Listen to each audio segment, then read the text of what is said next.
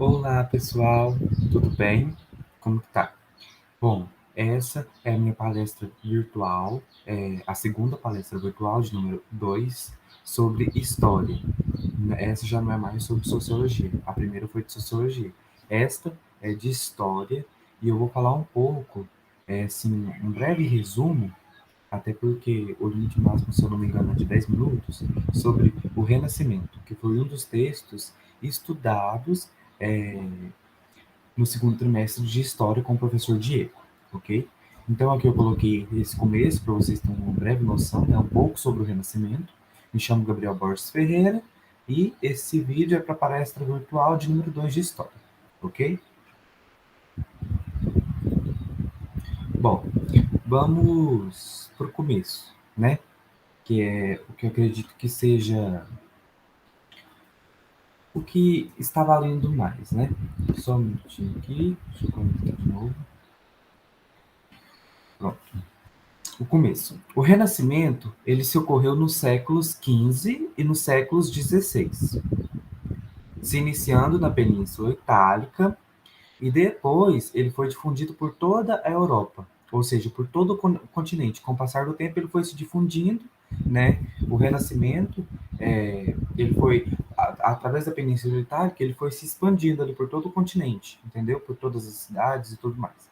Durante esse período, ele houve um retorno da antiguidade clássica, ou seja, o período do Renascimento ele foi o retorno da antiguidade clássica, né, com uma reação contra a mentalidade teológica medieval. Então, ele foi, né, um retorno à antiguidade clássica, mas ele também possuiu uma reação que ia de contraposição àquela mentalidade teológica medieval daquela sociedade, né? A Itália, ela estava dividida em vários estados, e alguns desses mesmo já estavam ricos economicamente. Alguns desses estados se rivalizaram entre si e havia também muitos mecenas. Quem são mecenas? São homens ricos que ajudavam os artistas para o autoconhecimento dos seus dons artísticos. Ou seja, hoje em dia a gente pode se dizer que cada artista ele possui um empresário, né? Então, os mecenas antigamente eram os homens ricos que empresariavam aqueles artistas de música, de artes de pintura e tudo mais. Bom, as características do Renascimento. Vou primeiro colocar essa frase aqui para vocês, né? Que Deus escolheu o homem e colocando-o no centro do mundo, disse-lhe: És tu que, segundo os teus desejos e o teu discernimento, podes escolher. Então, o Renascimento possui várias características. A primeira delas é a característica do antropocentrismo. O que significa o antropocentrismo? O homem passou a estar no centro do universo e das preocupações humanas. Tudo é feito à medida do homem, para o bem-estar do homem e para a sua valorização. Outra característica do Renascimento também é o individualismo, que foi muito pregado nessa parte do Renascimento, que significa que o homem tem a capacidade para escolher e decidir por si próprio, para pensar por si próprio e passa a valorizar-se e a acreditar nas suas capacidades. Então ali passou a possuir uma individualidade, né? Esse aqui eu tirei essa parte aqui de um artigo que eu li que é sobre Pico della Mirandola, que é sobre a dignidade do homem. Esse artigo é de 1486 e ele possui várias falas sobre essa parte do Renascimento. Coloquei, aí eu tirei dessa parte aqui, ó, essa parte aqui em parênteses, para mostrar para vocês. Ó. Coloquei-te no centro do mundo para que daí pudesses facilmente observar as coisas. És tu que, pela tua livre vontade, podes escolher o teu próprio modelo e a forma de te realizares. Pela tua vontade, poderás descer às formas degradadas da vida, que são animais. Pela tua vontade, conseguirás alcançar as formas mais elevadas, que são divinas. Aí, esse trecho aí, ele trata sobre duas questões, né? Que é o classicismo e o humanismo e o naturalismo. O classicismo e o humanismo. É o gosto pela cultura clássica, né? Pelas línguas gregas e latinas, pelos pensadores clássicos, pela arte e pela literatura clássica, pelos valores excelentíssimos que valorizam o homem.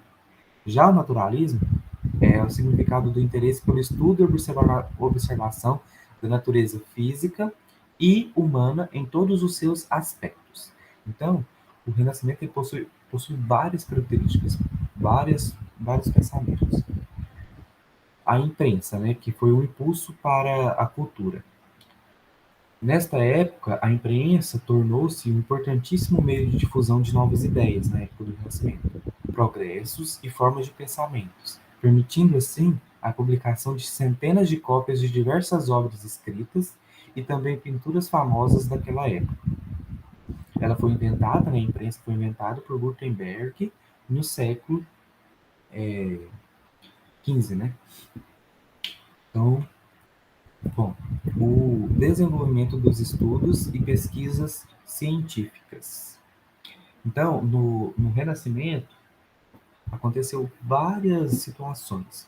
Foi desenvolvido e aconteceu o progresso de várias formas de estudo, de várias culturas, o progresso da arte cresceu, a economia cresceu, e também os estudos científicos, né?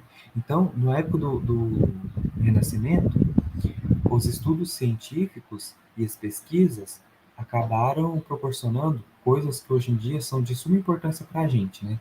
Que foi, através dos estudos científicos, aconteceu o descobrimento da anatomia, da astronomia, né?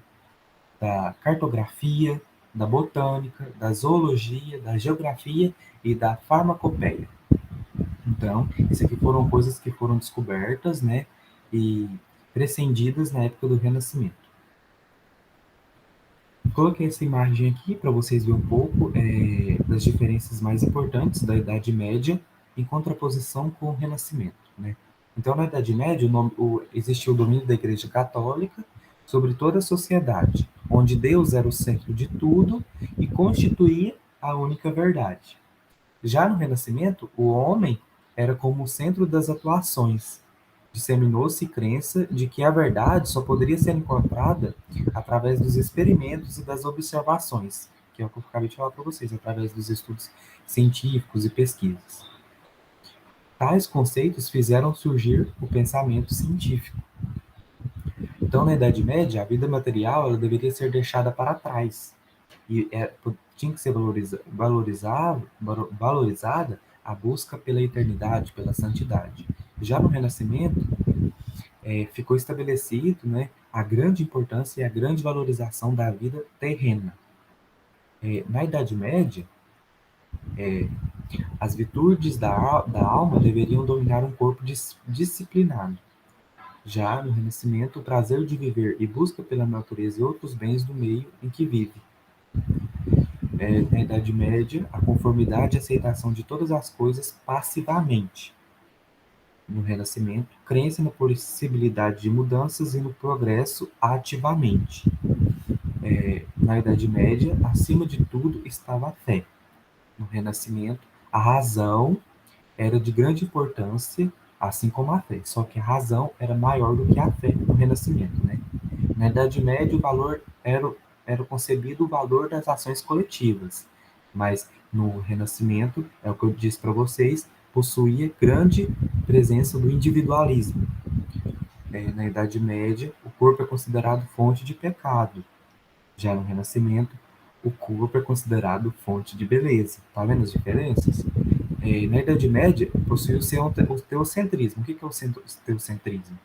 Deus era o centro de tudo. Mas quando começou o Renascimento, né, que eu disse para vocês no começo, o Renascimento ele era voltado para o antropocentrismo, que é o homem é o centro de tudo, o centro da fé, o centro de tudo. Renascimento literário.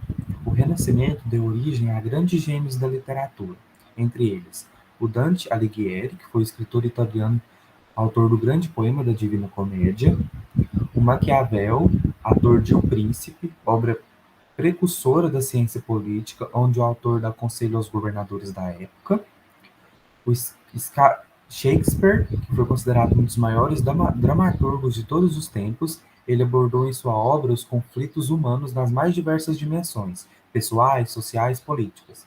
Ele escreveu comédias e tragédias, como Romeu e Julieta, Macbeth, A Megera Domada, Otelo e várias outras.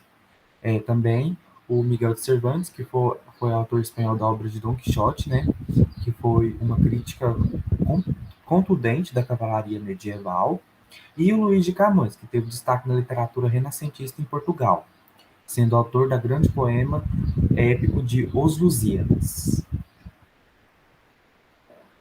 Bom, sobre o Renascimento artístico, os principais artistas do Renascimento foram o Leonardo da Vinci, né, que foi um matemático, físico, anatomista, inventor, arquiteto, escultor e pintor.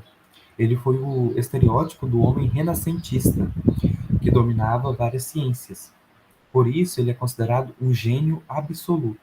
A gente vê isso por muito tempo, né? A Mona Lisa e a Última Ceia são as obras dele principais.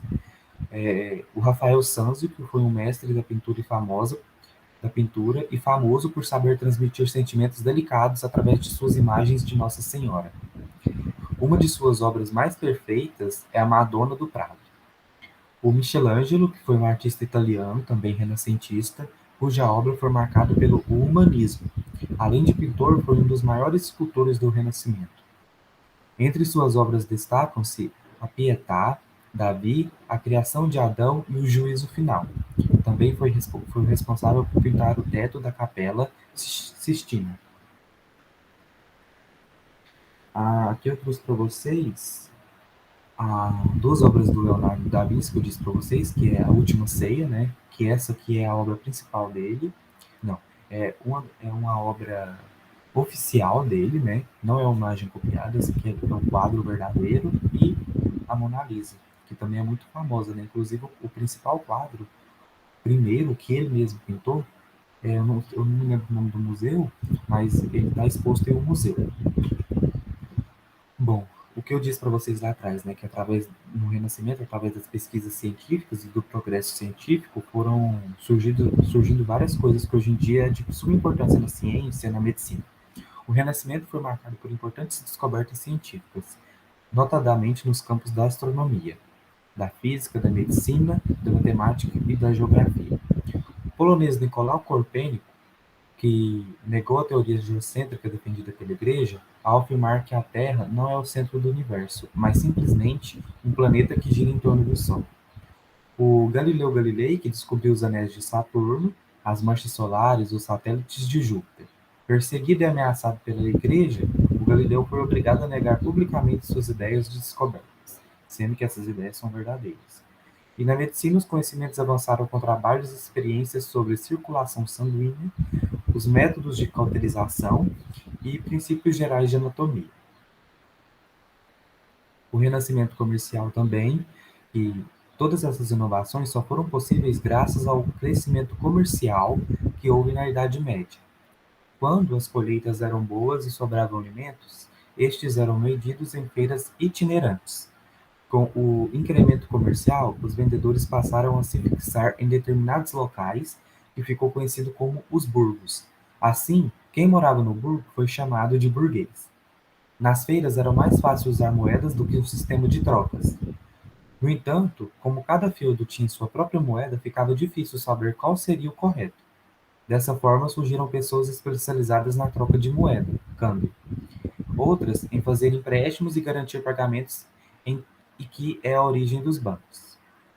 O dinheiro então passou a ser mais valorizado do que a terra, e isso inaugurou uma nova forma de pensar e se relacionar em sociedade, onde tudo seria medido pela quantidade de dinheiro que custava. Obrigado pela atenção, espero que vocês tenham gostado sobre esse breve resumo do Renascimento, né?